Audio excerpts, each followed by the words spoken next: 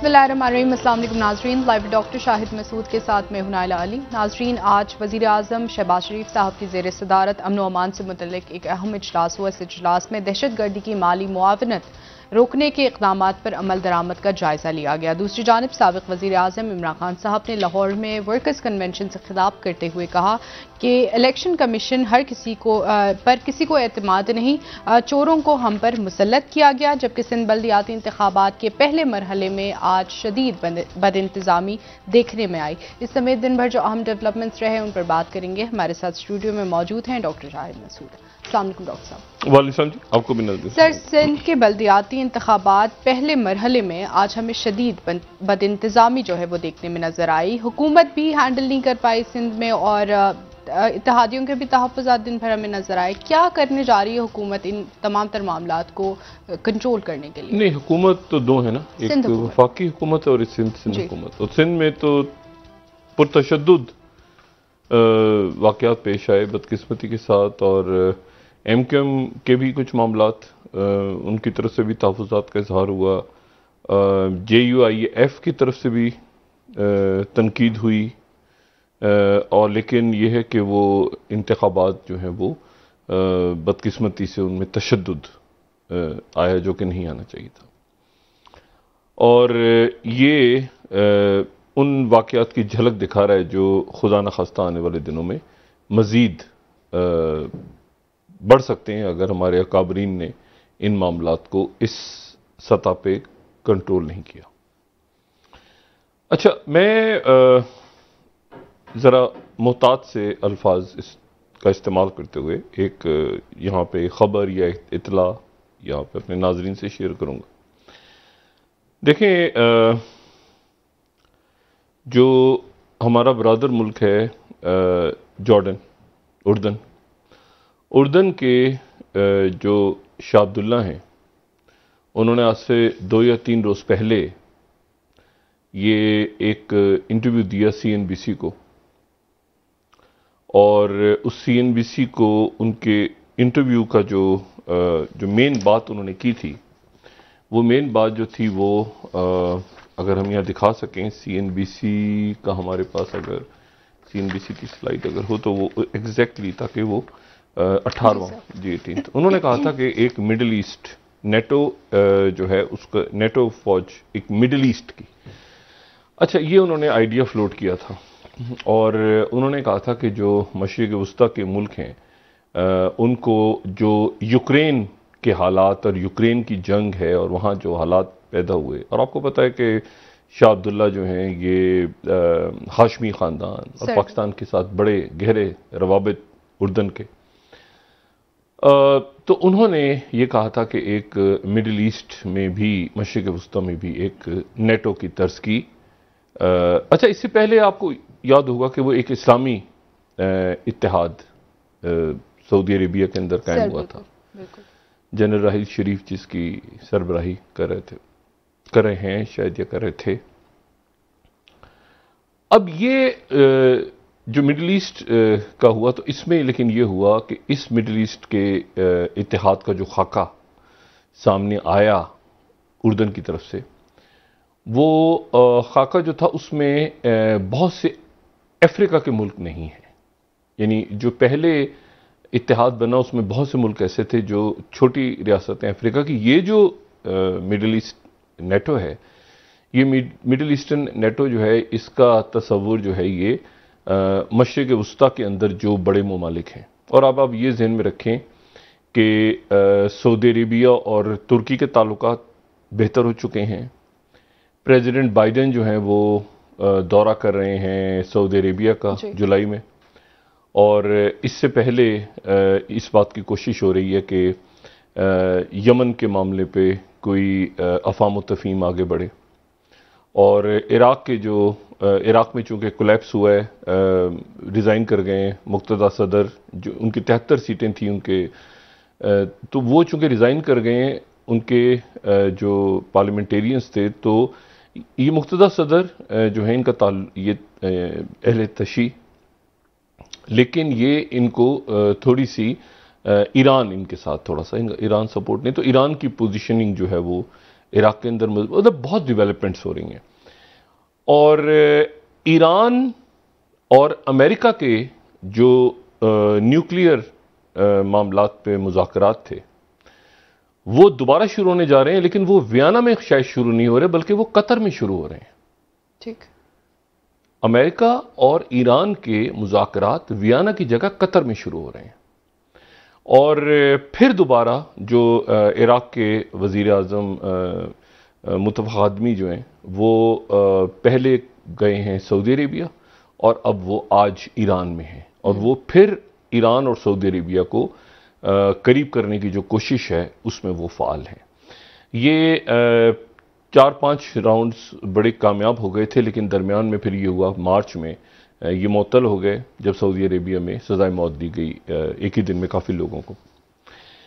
अच्छा, अब इसमें मैं इसका जिक्र जो खबर है, जो इतला है वो ये है, मैं चंद रोज़ पहले मुल्क से बाहर था तो ये खबर उस वक्त चूँकि ये एक तरह से आप समझ लें कि डेवलपिंग इसके ऊपर काम हो रहा था, अभी भी ये डेवलपिंग ही है और देखना ये है कि आगे जाके ये क्या रुख इख्तियार करती है। लेकिन मैं ज़रा मुताद से अंदाज में इस खबर को बयान करता हूँ, और वो ये है कि ये जो मशरिक़ वस्ता की नेटो, इसके ऊपर ईरान ने थोड़े से तहफ़्फ़ुज़ात का इजहार किया है। ईरान का कहना ये है कि हम ये लेकिन ऐसा नहीं है, क्योंकि मैंने आपसे कहा ना कि इराक जो है, इराक के वज़ीर आज़म वहाँ पर चूँकि हुकूमत साजी फिर डिले हो गई है, तो वहाँ के वज़ीर आज़म जो हैं वो ईरान और सऊदी अरेबिया के दरमियान, मतलब वो जद्दा में थे कल, आज वो तेहरान में है। तो और इसी तरह से जो अमेरिका के साथ न्यूक्लियर मुज़ाकरात हो रहे हैं वो कतर में हैं। कतर सऊदी अरेबिया करीब आ चुके हैं, मिस्र और तुर्की करीब आ चुके हैं, सऊदी अरेबिया और तुर्की करीब आ चुके हैं। ठीक है, तो काफ़ी जो हालात हैं मशरिक़ वस्ता के और ये इस्लामी ममालिक के, वो आपस में गुफ्त शनीद हो रही है कई लेवल्स पे। ठीक है। अच्छा, अब इसमें खबर क्या है पाकिस्तान के हवाले से? पाकिस्तान के हवाले से खबर यह है कि एक इत्तेहाद तो पहले कायम हुआ था, वो इत्तेहाद भी अपनी जगह पे मौजूद है और उसने बड़ा फाल किरदार अदा किया है। वो जो इस्लामी ममालिक का इत्तेहाद था उसने, और वो सिर्फ जंगों में नहीं हुआ बल्कि ये बहुत सी डिप्लोमेसी के अंदर भी उस का एक रोल रहा है। मिसाल के तौर पे सऊदी अरेबिया और तुर्की के दरमियान बर्फ़ अगर पिघली है तो उसमें उस इत्तेहाद का रोल था जो सऊदी अरेबिया में कायम हुआ, या इसी तरह से ईरान और सऊदी अरेबिया के दरमियान, या और सऊदी अरेबिया और कतर के मतलब वो सिर्फ जंगों के लिए इत्तेहाद नहीं है, फौजी इत्तेहाद। अगर किसी भी दो मुल्कों, कोई भी दो मुल्क हों, उनकी स्ट्रेटेजिक पार्टनरशिप हो तो वो स्ट्रेटेजिक पार्टनरशिप सिर्फ जंगों के लिए नहीं होती, उसमें और भी बहुत कुछ होता है आज की दुनिया में। ठीक है, उसमें इकोनॉमी भी होती है, उसमें सफारती ताल्लुकात भी होते हैं उसमें।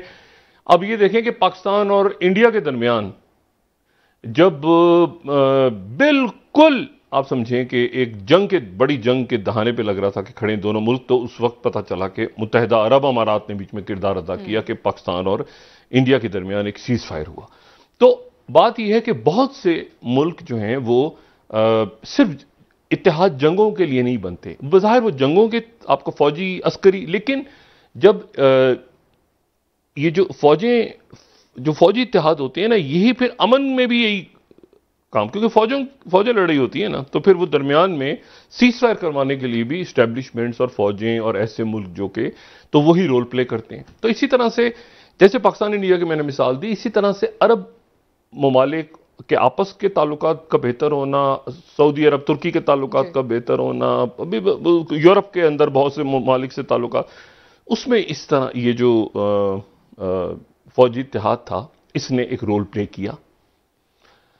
और अब ये थोड़ा सा एक तो वो इत्तेहाद अपनी जगह मौजूद है, और दूसरा जो है वो ये मिडिल ईस्ट नेटो के मशरिक़ वस्ता के जो ममालिक हैं, क्योंकि अब तुर्की भी उसमें इंटरेस्टेड है, अब उसमें आगे जाके हो सकता है ईरान को भी दावत किसी मरहले पे दी जाए क्योंकि कतर है उसमें साथ है। तो मतलब हालात बहुत मुख्तलिफ हैं।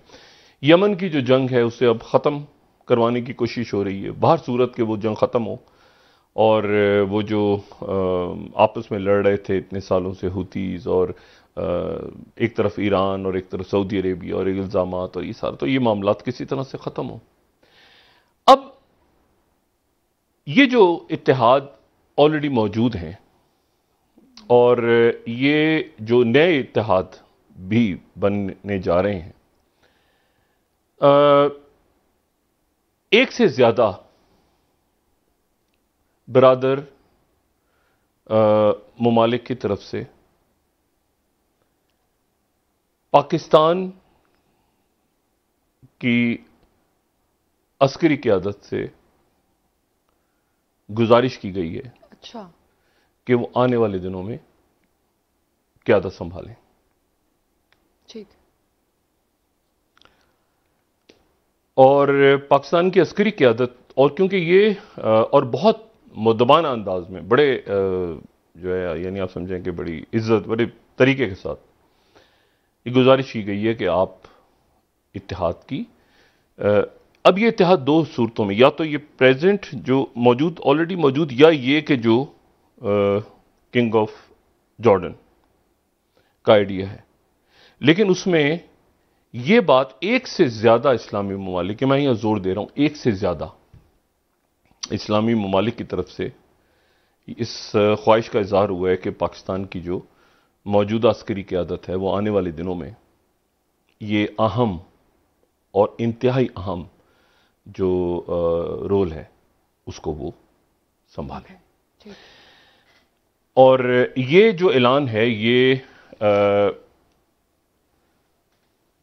आने वाले चंद दिनों या हफ्तों में हो सकता है। ठीक। अगर पाकिस्तान की अस्करी क़यादत ने इस दावत को कबूल कर लिया तो ये ऐलान चंद हफ्तों में हो सकता है। ठीक है। ठीक। अच्छा, मैंने आपसे कहना कि दावत दी गई है, सिर्फ अभी दावत है, फैसला यहां पे करना है पाकिस्तान। ये जाहिर है पाकिस्तान बतौर रियासत और पाकिस्तान के अस्करी क़यादत एक बड़ी और बड़ा एक लेवल के ऊपर एक आने वाले अरसे में, क्योंकि ऑयल ऊपर नीचे हो रहा है, जंगें हैं, फिर इधर ये आप देखें कि ये इधर से ओपेक प्लस के इश्यूज हैं, फिर ये ब्लैक सी और ये आपका मेडिटेरियन सी और ये बहुत कुछ हो रहा है।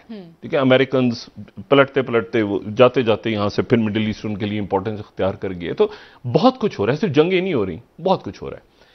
तो ये पाकिस्तान के लिए एक एजाज है कि पाकिस्तान को ये दावत दी गई है। देखना यह है कि पाकिस्तान की अस्करी क़यादत उसके ऊपर क्या जवाब देती है, लेकिन जो भी जवाब होगा वो यकीनन जल्द ही यहां से जाएगा। अच्छा, तो इसी दौरान एक तो ये खबर हो गई जो कि ढके छुपे अंदाज में दे दी हमने। दूसरा ये है कि अच्छा, अब इसमें मैंने आपसे चूंकि कहा ना कि ये लड़ाइयां नहीं, यानी लड़ाइयों से हटके जो स्ट्रेटेजिक मामलात हैं, एक तो फौजें और जंग और ये सारा हो ही रहा है ना पूरी दुनिया में, लेकिन उससे हटके जो स्ट्रेटेजिक पॉलिसीज और उसमें सफारतकारी भी आ रही है और उसमें इकॉनमी भी आ रही है, उसमें मतलब अमेरिका, चाइना, रशिया और बहुत सारी, तो उसमें ये बहुत इंपॉर्टेंट इतला मुझे मिली थी, जिसको आज थोड़ा सा उसका फिर एक आध इंडिकेटर भी आया, उसकी खबर भी एक आध आई, लेकिन ये पिछले चंद रोज से या चंद हफ्तों से इसके ऊपर काम जारी था। और इसका यकीनन पाकिस्तान के लिए एक अगर पाकिस्तान की अस्करी क़यादत ये दावत कबूल कर लेती है तो पाकिस्तान के लिए एक बड़ा एजाज होगा। अच्छा, एक तो बात ये हो गई। दूसरी बात जो है वो ये है कि ये मशरिक़ वुस्ता, ये जो मशरिक़ वुस्ता जिसको भी अमेरिकन कहते हैं, अमेरिकन ने या ब्रिटेन ने ही नाम रखा है ना मशरिक़ वुस्ता, मुझे समझ नहीं आती मशरिक़ वुस्ता क्या है। अच्छा जी, मतलब मशरिक़ का वुस्ता, अच्छा, लेकिन मशरिक़ वुस्ता में जो है वो कहीं मिस्र भी शामिल है जो कि मतलब अफ्रीका में है, लेकिन उसका एक इलाका जो है वो एशिया में, और वो इलाका जो है वो है सीना, ये सिनाई पेनिनसुला कहते हैं जिसको, यानी पेनिनसुला का मतलब है, एक तो होता है ना जजीरा, जजीरा वो जमीन का वो टुकड़ा होता है जिसको चारों तरफ से पानी ने घेरा हो। जो पेनिनसुला है इसको उर्दू में कहते हैं जजीरा नुमा। जजीरा नुमा का मतलब यह है कि वो होता पानी से घिरा हुआ है लेकिन उसका एक हिस्सा जो है वो मिला होता है जमीन के साथ। तो सबसे बड़ा जो दुनिया में जजीरा नुमा है वो जजीरा नुमाए अरब है। अगर आप अरब को देखें यानी सऊदी अरब या जजीरा नुमा अरब को देखें आप, तो ये आपको अरब जो है वो आपको नजर, ये देखें ना, अब इधर से बहर अहमर आ रहा है, नीचे वो अरेबियन सी आ रहा है, उधर से वो गल्फ, लेकिन वो ऊपर से वो एक तरफ से जुड़ा हुआ है। देखें आप अगर सऊदी अरेबिया को देखें तो आप एक तरफ से वो जुड़ा हुआ जहां इराक वगैरह नजर है, तो ये जजीरा नुमा है कि इसको तीन तरफ से पानी ने घिरा हुआ है, देखिए एक तरफ ये खुशकी से मिला हुआ है। इसी तरह से जो मिस्र है, मिस्र उसके अंदर वहां पर भी एक जजीरा नुमा जिसको सीना या सिनाए, ठीक है ना, तो वो बहुत बड़ा एक जजीरा नुमा है। और वो जजीरा नुमा की खूबी यह है कि वो एशिया को अफ्रीका से जोड़ता है, यानी उसकी वजह से जो एशिया है वो अफ्रीका से जुड़ता है, ठीक है। ऊपर मेडिटेरियन है, नीचे जो है वो रेड सी है। अच्छा, उसका जिक्र मैं इसलिए कर रहा हूं कि वहां पर एक बड़ा खूबसूरत शहर है जिसका नाम है शर्मुल शेख। और शर्मुल शेख जो है वो एक खूबसूरत जगह है, साहिली शहर है। ये ऑटोमन्स के दौर में यहाँ पे बहुत ज़्यादा जो है वो उस्मानिया यहाँ पे ज़ाहिर है, बड़े खूबसूरत जगह है। बहरहाल ये 67 में इसराइल ने इस पर कब्जा कर, उससे पहले स्विस क्राइसिस आया था तो भी इसराइल ने कब्जा कर लिया था। फिर उसके बाद अगले साल बहरहाल वापस ले लिया था मिस्र ने। फिर उसके बाद जब ये 6 डे वॉर हुई तो फिर शर्म शेख पे कब्जा हो गया, 82 तक कब्जा रहा। फिर उसके बाद जब तक मुआहदा नहीं हुआ इसराइल के साथ मिस्र का, तो ये वापस नहीं हुआ और फिर शर्म शेख वापस हो गया। तो कॉन्फ्रेंसेस और ये सारे वहाँ पे इवेंट्स होते हैं, बड़ा खूबसूरत, बहुत बड़ी तादाद में टूरिस्ट आते हैं वहाँ पे। लेकिन यहाँ पर फिर दहशतगर्दी के वाक़यात भी यहाँ पे बहुत हुए। यहाँ शर्म शेख में जो मुख्तलिफ इंतहा पसंद तंजीमें थीं, उन्होंने मुख्तलिफ टूरिस्ट, सबसे ज़्यादा अगर कहीं अटैक्स हुए किसी जगह पे तो वो इसी जगह पे हुए शर्म शेख में। और 2017 में 305 लोगों को वहाँ पे कत्ल कर दिया गया, एक गोलियों का निशाना बनाया गया। और 2005 में इससे पहले जो है वो 88 अफराद हुए थे। तो ये जो है शर्म शेख का मैं जिक्र इसलिए कर रहा हूँ कि वॉल स्ट्रीट जर्नल ने आज एक बड़ी इंटरेस्टिंग स्टोरी ब्रेक की है।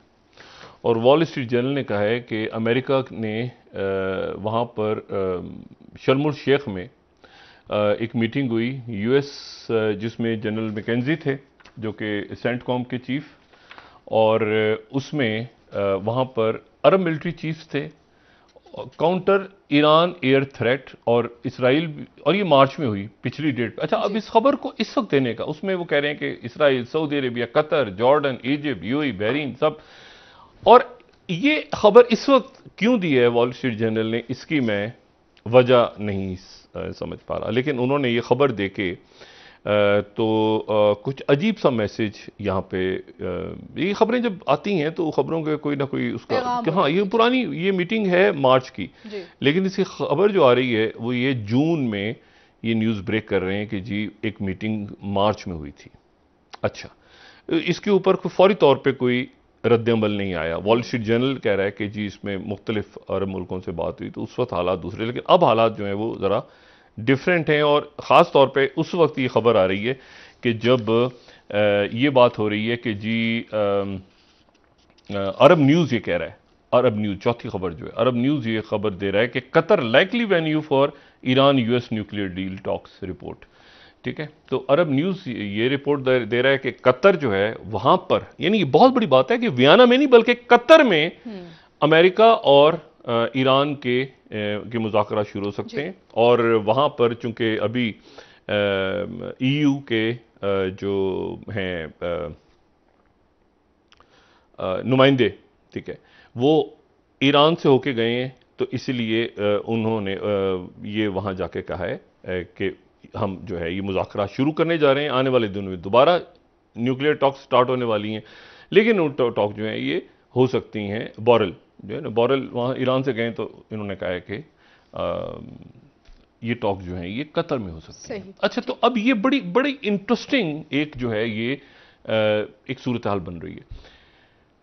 क्या बाइडेन और सऊदी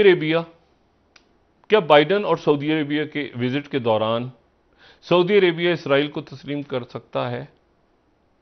इसके ऊपर जो है वो मुख्तलिफ तज्जियाकार जो है वो मुख्तलिफ राय दे रहे हैं, लेकिन गालिब इम्कान ये है कि ऐसा नहीं होगा। ऑल्दो के पहली दफा बाइडेन कोई ऐसे अमेरिकन प्रेसिडेंट होंगे जो कि इसराइल से फिर आएंगे सऊदी अरेबिया, और सऊदी अरेबिया में जहन में रहे कि यहां पर सिर्फ सऊदी अरेबिया में उनकी सऊदी क़यादत से मुलाकात नहीं हो रही, यहां जीसीसी की मीटिंग है, तो यहां पे कतर, बहरीन, बाकी सारे मुल्कों से जो हैं वो लोग यहां पे उनके जो रहनुमा हैं वो यहां पे होंगे, जीसीसी की मीटिंग।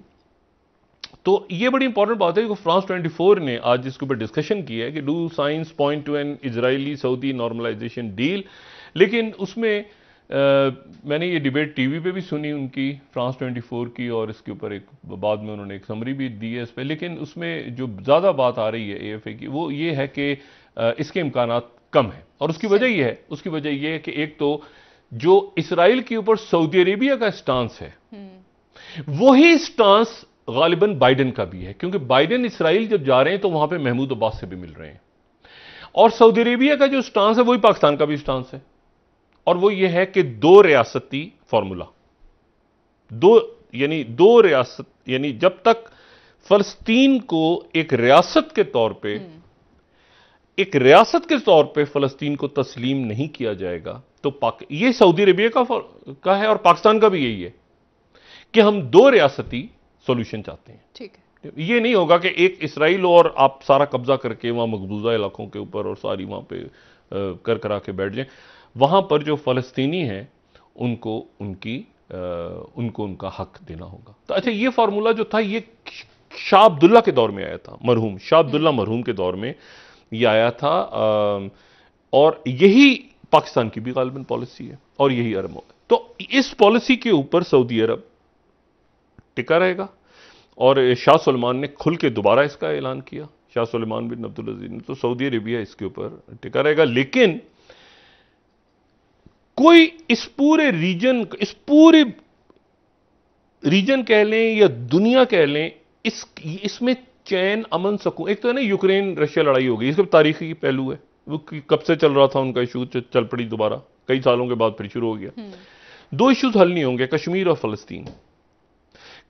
फलस्तीन जब हल होगा इसका इशू, और वहां के लोगों की उमंगों के मुताबिक हल होगा, कोई थोपेगा नहीं कि पाकिस्तान क्या चाह रहा है तो इंडिया नहीं, कश्मीरी क्या चाह रहा है, फलस्तीनी क्या चाह रहा है, कोई थोपेगा नहीं सर पे उनके आके कि फलाना अरब मुल्क ये चाह रहा है तो फलाना सुपर पावर, जो फलस्तीनी चाह रहा है, जो कश्मीरी चाह रहा है, जब तक ये इश्यूज हल नहीं होंगे एक सुकून आ ही नहीं। जो भी कुछ होगा वो फेक होगा, वो जाली होगा, दो नंबरी होगी, और वो एक होता ना कि वो आपने ऊपर से ढांप डूब के अच्छा सब अच्छा कर दिया, नहीं, अंदर ही अंदर जो है वो जिसका ना चिंगारियां भड़कती रहेंगी। तो ये हल ढूंढना होगा, फलस्तीन का भी और कश्मीर का भी। अब पाकिस्तान की बात भी ना सुने, इंडिया की बात भी ना सुने, कश्मीरियों की तो सुने, भाई कश्मीरी क्या कह रहा है, ठीक है, वहां पर वो क्या कह रहा है, कश्मीरी क्या बात कर रहा है। ये तो नहीं कश्मीर के ऊपर आप हड़प करके आप बैठ गए, या इसराइली बैठ गए जाके हड़प करके फलस्तीनियों के सर पे, और आपने कहा जी नहीं सब अच्छा हो गया, ऐसा नहीं है। तो ये अब आने वाले दिन बड़े अहम हैं, क्योंकि प्रेसिडेंट बाइडेन जो हैं, देखिए मैंने कल भी बात की थी और मैं दोबारा कि पाकिस्तान में आने वाले अरसे में जो भी कुछ होगा, ये 6 से 8 और 7 और 5 वाली खबरें हैं, इनको आप छोड़ दें। ये पाकिस्तान में जो भी कुछ होगा वो खित्ते के वाकयात तय करेंगे, और खित्ते के वाकयात ये हैं कि जंग खिंच के यूक्रेन की, वहां पर फटीग, एक वॉर फटीग का लफ्ज मैंने कल, मुझे नहीं पता कि मेरे स्लिप ऑफ टंग थी या क्या था, मैंने शायद इस्तेमाल किया था कि फटीग होनी शुरू, लंबी खिंच जाए ना कोई जंग, मैंने बेजारियत। अब आज कमाल की बात यह है, मुझे नहीं पता कि क्या चक्कर है, लेकिन आज गार्डियन ने जो 10वीं स्लाइड है हमारी, बोरिस जॉनसन ने वो G7 का इजलास हो रहा है जर्मनी में, और आज की गार्डियन की ये फ्रंट पेज की हेडिंग है कि हेडलाइन है कि बोरिस जॉनसन ने कहा है कि warns risk of fatigue in west support for Ukraine. Boris Johnson ने कहा है कि फटीग हो रही है वेस्ट में, यूक्रेन की सपोर्ट करते करते फटीग में जा रहे हैं हम। ठीक है, फटीग यानी थकावट शुरू हो गई है। बोरिस जॉनसन ने बहुत हमायत की यूक्रेन की, लेकिन इंटरनली प्रॉब्लम है, महंगाई बढ़ रही है, क्राइसिस शुरू हो रहा है गैस का, पेट्रोल का, प्लस ये है कि वो जो लॉकडाउन स्कैंडल्स, वो जो 10 डाउनिंग स्ट्रीट में पार्टी हुई वो पीछा कर रहे हैं, 2 इंपॉर्टेंट इलेक्शंस होने थे कंट्री से, वो लूज कर गए इस हफ्ते, वो बोरिस जॉनसन के इश्यूज हैं। उधर वो मैक्रोन मेजॉरिटी लूज कर गए हैं फ्रांस में पार्लियामेंट के अंदर, इटली के अंदर हुकूमत के अंदर डिवीजन हो गई है यूक्रेन की सपोर्ट में, जर्मनी जो है वो बिल्कुल ठुस फुस हो गया है कि ये गैस कहां से लानी है भाई, क्या होगा, मतलब नॉर्थ स्ट्रीम 1 बंद होते हैं तो विंटर की गैस राशनिंग शुरू करो, ये करो वो करो, एक मुसीबत पड़ी हुई है। तो वहां पर जो है, और साथ ही जब ये G7 शुरू हो रही थी, G7 का इजलास यानी कौन कौन है उसमें, Canada, Italy, Japan, America, France, Germany, जो 7 बड़ी, ये G8 था पहले, इसमें दरमियान में रशिया को भी इंक्लूड कर दिया था, लेकिन बाद में निकाल दिया था रशिया को, रशिया अलग हो गया था ये क्रीमिया वाले वाक़े के बाद। लेकिन तो पहले G8 के नाम से, अब G7 है बड़ी मईशतें, लेकिन वो बड़ी मईशतें जो हैं वो बड़ी मईशतें हिल रही हैं। अच्छा, हिल किस तरह से रही हैं? अब आप वॉशिंगटन पोस्ट का आप ऑपेड देखें, वो एक ही लफ्ज 2 जगह पे, एक गार्डियन और वॉशिंगटन पोस्ट।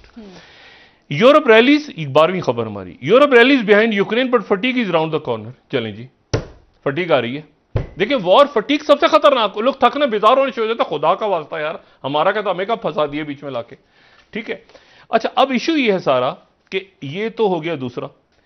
अब CNN क्या कह रहा है, west wants to go further on Russian oil but inflation making that difficult, आगे जा नहीं सकते। अच्छा, और CNN ने क्या कमाल देखें आप जरा, CNN को अगर हम दिखाएं, ये CNN है, वेस्ट जो है वो आगे पाबंदियां चाहता है, लेकिन फिर उसके बाद अगर आप इस खबर को देखें, CNN की आज की खबर, वो कहता है कि Europe and United States have barred the import of Russian oil to cut off a crucial revenue source for the Kremlin. ठीक है ना, but the plan to pile pain on Putin, forcing him to reconsider the war hasn't worked.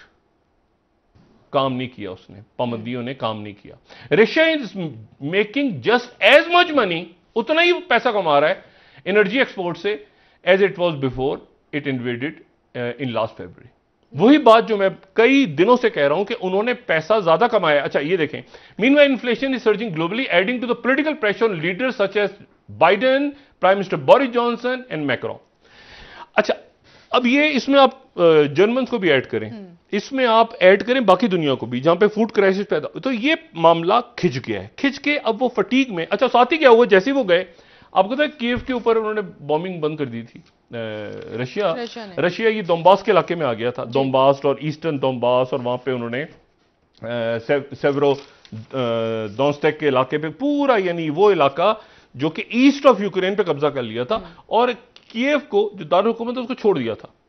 अब जैसे ही यहां पे G7 का इजलास शुरू हुआ जर्मनी में, आज जनाब रशिया ने मिसाइल मारे कीव के ऊपर, कई हफ्तों के बाद दारुल हुकूमत से कीव, वो पूरे यूक्रेन पे उन्होंने मिसाइल मारे, और खासतौर पे दारुल हुकूमत पे। न्यूयॉर्क टाइम्स कोट कर देते हैं ना यहाँ पे, रशिया स्ट्राइक्स 8वीं, Russia strikes Kyiv as G7 summit opens, कई हफ्तों के बाद।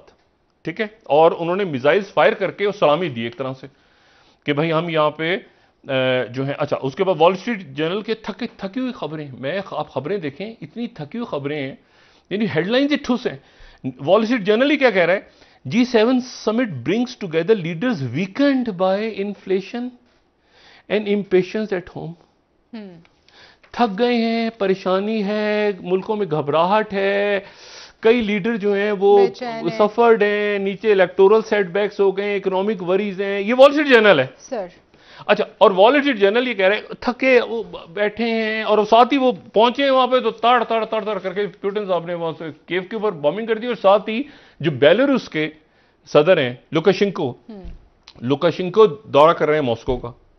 तो लुकाशेंको साहब से वो कहते हैं पुतिन कि ऐसा है कि वो जो हमारे जदीद तरीन मिसाइल्स हैं स्कंदर के नाम से, उनका पूरा मिसाइल सिस्टम है SS-26 टोन का, तो वो हम बेलारूस के अंदर न्यूक्लियर वॉरहेड्स के साथ वो हम बेलारूस के अंदर बेलारूस को देंगे।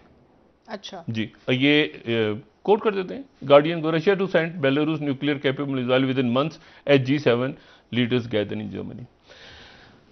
अच्छा, अब आप ये देखें ना कि वो फटीग हो रही है, उनका पैसों का नुकसान नहीं हुआ, वो ऑयल सप्लाई और दुनिया में खुल गई, मुल्कों ने सस्ता तेल लेना शुरू कर दिया, इंडिया ने, चाइना ने, वो फटीग में आ रहे हैं, वो कीव के ऊपर फिर बॉम्बिंग शुरू हो गई, और खुद वेस्टर्न मीडिया कह रहा है कि वो, मतलब बोरिस जॉनसन कह रहे हैं कि फटीग हो रही है।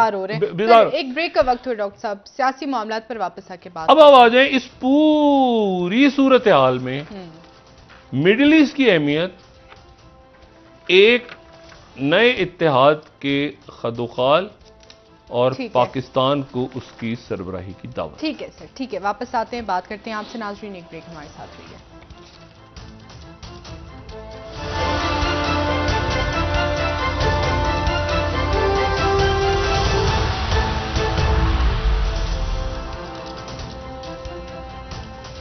वेलकम बैक नाज़रीन। जी डॉक्टर साहब, खित्ते की मामलात पर अब बात कर रहे थे ब्रेक से पहले, जो बड़ी डेवलपमेंट्स हो रही हैं उनका पाकिस्तान पे क्या असर पड़ने जा रहा है मुस्तकबिल में, आने वाले दिनों में? खित्ते में ही, खित्ते के ही वाकयात तय कर रहे हैं कि अपने मुल्कों में क्या हो रहा है। सर, फ्रांस में क्या हो रहा है, जर्मनी में क्या हो रहा है,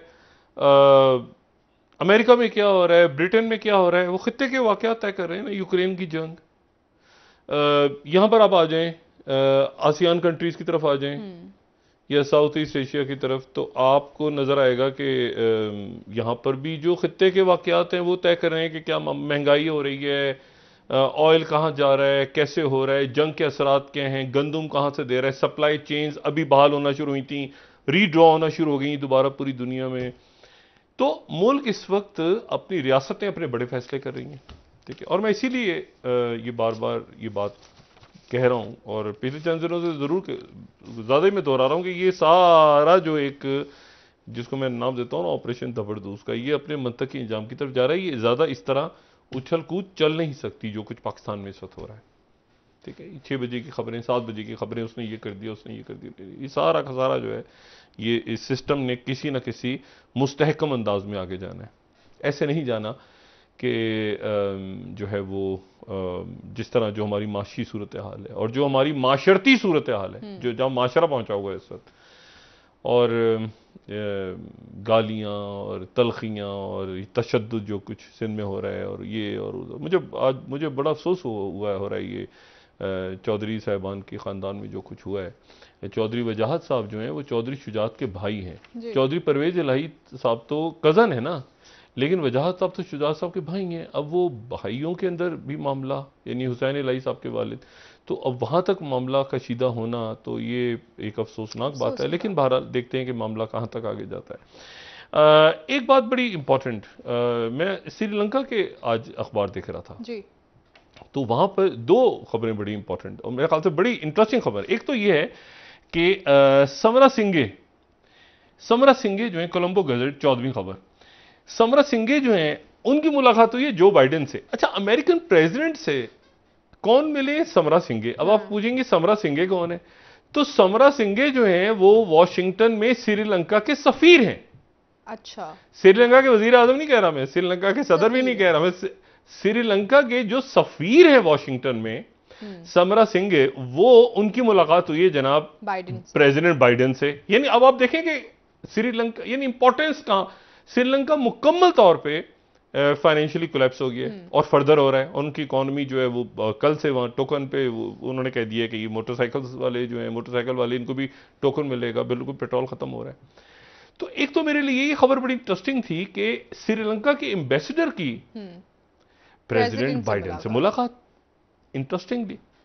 और साथ ही उसी खबर के फिर कोलंबो गजट में ही मैंने दूसरी खबर देखी, तो दूसरी खबर देख के फिर कुछ मामला मुझे कुछ समझ आया, और वो ये समझ आया जो कि हमारी 15वीं खबर है कि high level US delegation to visit Sri Lanka, ठीक है, 26 आज से लेकर 29 तारीख तक जो है वो Robert Kaproth deputy assistant secretary of treasury, यानी जाहिर है पैसा ट्रेजरी है ना, माल, और Kelly Kearney deputy assistant secretary of state for south and central Asia, ये जो शख्सियात हैं इन समेत एक high powered American delegation Sri Lanka जा रहा है।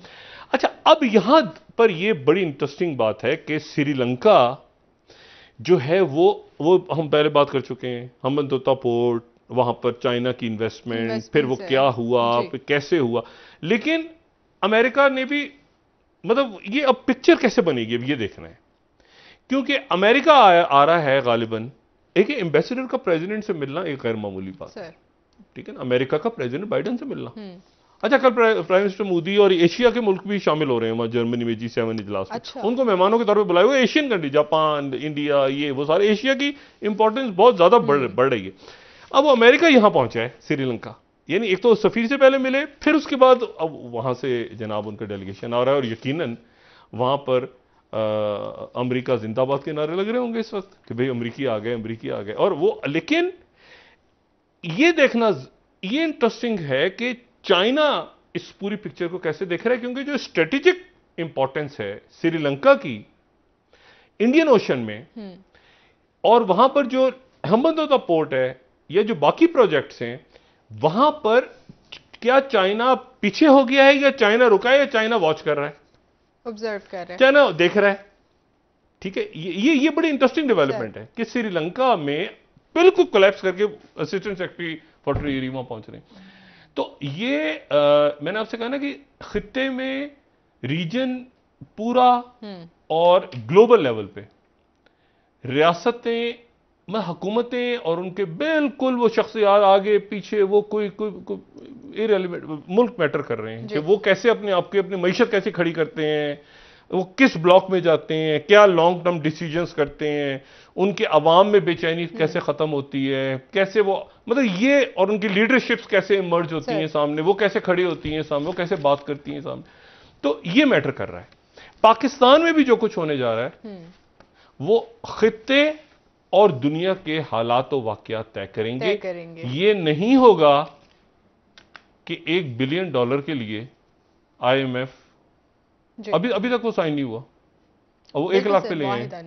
सर बहुत शुक्रिया। 1 लाख में स्लैब बना के पता नहीं क्या, मतलब किसी को मैंने आपसे कहा ना कि ऐसा होगा नहीं।